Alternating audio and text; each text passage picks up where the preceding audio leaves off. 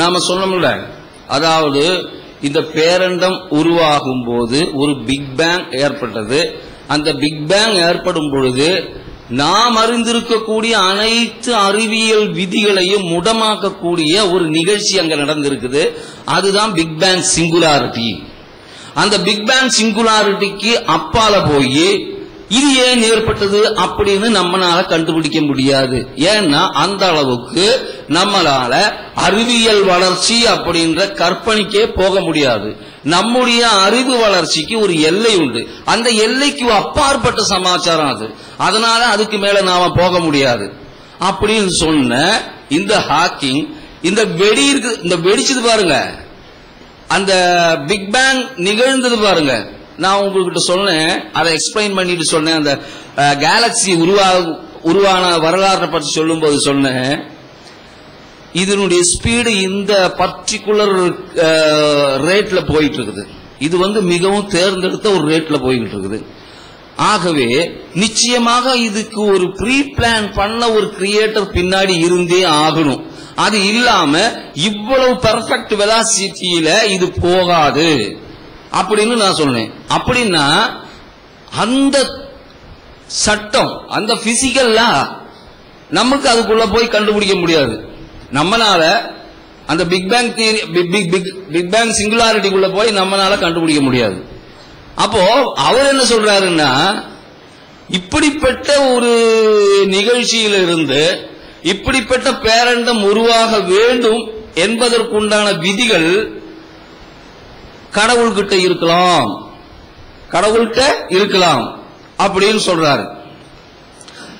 Page number 129ல these laws may have originally been decreed by God. இந்த சட்டம் உண்மையிலேயே கடவுளால் கட்டளையிடப்பட்டிருக்கலாம், கடவுளால் கட்டளையிடப்பட்டிருக்கலாம் அப்படின்னு யார் சொல்றாரு? ஹாக்கிங் சொல்றாரு. ஹாக்கிங்ன்றவரு இந்த பிக் பேங் தியரியை நிரூபிச்சிருக்கக்கூடிய ஒரு விஞ்ஞானி. அவரு இன்னும் கடவுளை ஏற்றுக்கல. ஆனா சயின்டிபிக்கல் தியரி என்ன சொல்லுது அப்படின்னு கேட்டீங்கன்னாக்கா, கடவுளை மறுக்க முடியாது, இப்பவும் இந்த விதிகள் எல்லாம் கடவுளிடம் இருக்க முடியும் அப்படின்னு கேட்கிறாரு. இப்படி எல்லாம் இருக்கும்போது ஹாக்கிங் இன்னும் ஏன் கேட்கல, இன்னும் ஏன் இறைவனை ஒத்துக்கல அப்படின்னு சொல்லி போட்டு நீங்க கேட்கலாம். அதுக்கு அவரு சில காரணங்களை கேட்கிறாரு. அது அந்த புத்தகத்துல பின்னாடி வருது. அதெல்லாம் இங்க எடுத்து சொல்லல யாரும். இங்க சொல்லப்பட்டிருக்கக்கூடிய விஷயம் என்னன்னா, பிக் பேங் என்ற ஒரு நிகழ்ச்சி நடைபெற்றிருந்தால் அந்த நிகழ்ச்சியிலிருந்து கடவுளை ஏற்றுக்கொள்ள வேண்டுமா மறுக்க வேண்டுமா அப்படின்னு கேட்டா, பிக் பேங் தியரியின் அடிப்படையில் கடவுளை மறுக்கிறதுக்கு ஆதாரம் இல்லை அப்படின்னு அவர் சொல்றாரு. அடுத்ததுல என்ன சொல்றாருன்னா, இன்னும் இன்ட்ரெஸ்டிங்கான ஒரு சமாச்சாரம். அதாவது பல கேள்விகள் கேட்டாங்க. இந்த மனுஷனுக்காக வேண்டித்தான் கடவுள் இந்த உலகத்தை படைச்சாரு அப்படி இப்படின்னு எல்லாம் நீங்க முஸ்லீம்கள் சொல்லிட்டு இருக்கிறீங்க, அதெல்லாம் எங்களால நம்ப முடியாது அப்படி இப்படின்னு எல்லாம் சில வாதங்களை எடுத்து வச்சாங்க. ஆனா இந்த பிக் பேங் தியரியை அனலைஸ் பண்ணி பார்க்கும் பொழுது அவங்க வந்திருக்கக்கூடிய முடிவு என்ன தெரியுங்களா? படிக்கிறேன் கேளுங்க.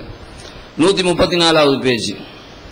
It would be very difficult to explain why the universe should have begun in just this way, except as the act of a God who intended to create being like us. Hawking சொல்றாரு, இந்த பேரண்டம் ஏன் இந்த விதிப்படி உருவானது என்றால், நம்மை போன்ற உயிரினங்களை, நம்மை போன்றனா பீயிங் லைக் அஸ்னா யாரு? மனிதன். மனிதனை போன்ற உயிரினங்களை படைக்க வேண்டும் என்று ஒரு இன்டென்ஷன் இருக்கக்கூடிய கடவுளின் செயலை அன்றி இதை எக்ஸ்பிளைன் பண்ண முடியாது. யாரையா சொல்றது? இது ஜெயின்லாபினா சொல்றாரு, பிஜே சொல்றாரா, இல்ல அப்துல் ரஹ்மான் ஃபிர்தௌசி சொல்றாரா, அல்லது முஸ்லிம் தலைவர்கள் யாராவது சொல்றாங்களா, அல்லது காலங்காலமாக கடவுள் உண்டு கடவுள் உண்டு சொல்லிட்டு இருக்கிறவர் சொல்றாரா? யார் சொல்றது? இன்னைக்கு உலகத்தில் மிகப்பெரிய சயின்டிஸ்டாக எல்லாரும் மதிக்கக்கூடிய ஹாக்கிங் சொல்றாரு. ஹாக்கிங்க்கு விளங்கிடுச்சு, டாக்டர் சாருக்கு விளங்கலைன்னா நம்மளால ஒன்றும் சொல்ல முடியாது. அடுத்ததாக நாம டாக்டர் சார் பேசிக்கிட்டு இருக்கும்போது சில விஷயங்களை சொன்னாரு. பூமியினுடைய வயசை பத்தி சொன்னார்.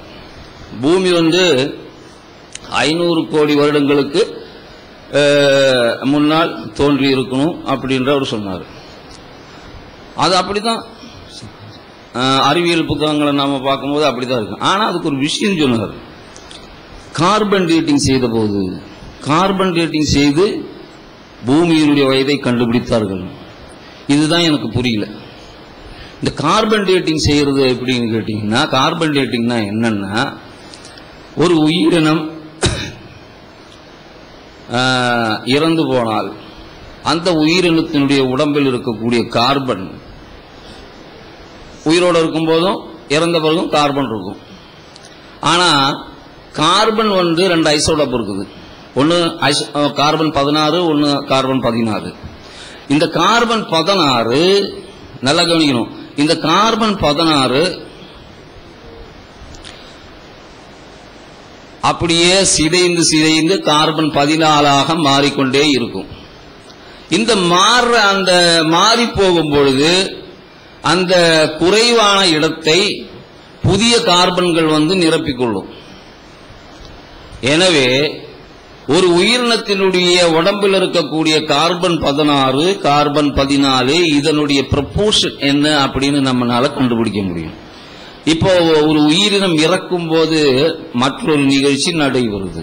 என்னன்னு கேட்டீங்கன்னா, அது உடம்புல போயிருக்கக்கூடிய கார்பன் 16 கார்பன் 14 மாறிட்டே இருக்கும். புதிய கார்பன் 16 வராது.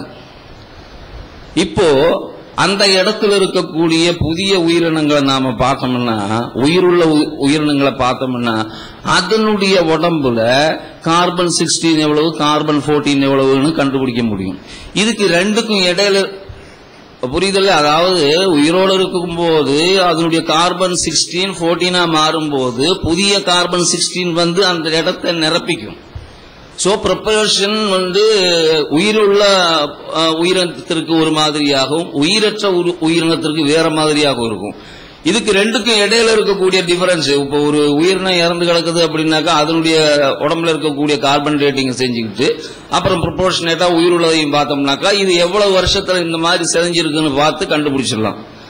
ஆனா பூமியினுடைய வயசு இப்படிதான் கண்டுபிடிச்சாரு அப்படின்றது எனக்கு விளங்கல. ஏன்னா பூமி படைக்கப்பட்ட பொழுது அது அவரே சொன்னார் என்னன்னு, சூரியனிலிருந்து செதறி வந்துச்சுன்னாரு. சூரியன்றது என்ன, ஹைட்ரஜன் பாம்பு வெடிக்கக்கூடிய இடம். அப்ப அவ்வளவு ஹாட்டா இருந்திருக்கும். கிட்டத்தட்ட 100 கோடி வருடங்களுக்கு பிறகுதான் அந்த ஹாட் எல்லாம் குறைஞ்சி கொஞ்சம் கொஞ்சமா அது வெப்பம் தணிஞ்சு இன்னும் சில மில்லியன் வருடங்கள் கழிந்த பிறகுதான் முதல் உயிரினம் உண்டாகுவதாக அறிவியல் கண்டுபிடிச்சிருக்குது. அதிலிருந்து பல மில்லியன்கள் வருடங்கள் கழித்த பிறகுதான் தாவரமே வரும். அப்ப பூமி வந்தது எப்போ அப்படின்னு கண்டுபிடிக்கிறது, கார்பன் டேட்டிங்ல கண்டுபிடிக்கிறதுனாக்கா எப்படி முடியும் அப்படின்றது எனக்கு விளங்கல. அவர் விளக்குவார்னு நினைக்கிறேன்.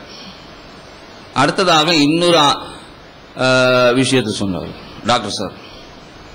அதாவது கலீலியோ பூமி உருண்டேன்னு சொன்னதுக்கு கிறிஸ்தவ சபை அவரை துன்புறுத்தினதாக சொன்னார். பூமி உருண்டேன்னு சொன்னதுக்கு கலீலியோ. இது எனக்கு தெரியாது, அவர் விளக்குவார்னு சொல்ல முடியாது. ஏன்னாக்கா நீங்க செய்தி அதல்ல, அப்படி இல்லை. ஏன்னா பூமி உருண்டதான் அப்படின்னு 2000 வருஷத்துக்கு முன்னாடியே தெரியும். கலீலியோ ஒரு 400-500 வருஷத்துக்கு முன்னாடி இருக்கக்கூடிய ஆளு. அரிஸ்டாட்டில் அப்படின்ற விஞ்ஞானி 2000 வருஷத்துக்கு முன்னாடி வாழ்ந்தவர்.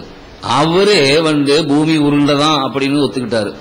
கண்டுபிடிச்சாருன்னு சொல்லல, ஒத்துக்கிட்டாரு. ஏன்னாக்கா அதுக்கு முன்னாடி அந்த கருத்து இருந்திருக்கு, பூமி உருண்டை அப்படின்னு. எப்படி கண்டுபிடிச்சாங்க அப்படின்னாக்கா, இந்த சந்திர கிரகணத்தின் போது பூமியினுடைய நிழல் தான் சந்திரன்ல விழுந்து மறைக்குது. அப்பவே அந்த சந்திரனுடைய மேல விழக்கூடிய அந்த ஒளியை பார்த்து பூமி உருண்டதான் அப்படின்னு கண்டுபிடிச்சாங்க. கலீலியோவுக்கு நேர்ந்த துன்பம் எதனால வந்துச்சுன்னாக்கா, கலீலியோ உருண்டேன்னு சொன்னதுக்காக இல்ல, பூமி சுத்துதுன்னு சொன்னாரு. அதனாலதான் அவருக்கு பிரச்சனை வந்துச்சு.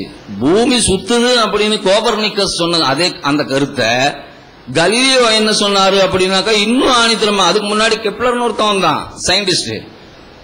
இந்த கலீலியோ அந்த கோபர்னிக்கஸ் சொன்ன கருத்து உண்மை அப்படின்னு சொல்லி போட்டு கெப்லர் ஸ்தாபிச்சாரு.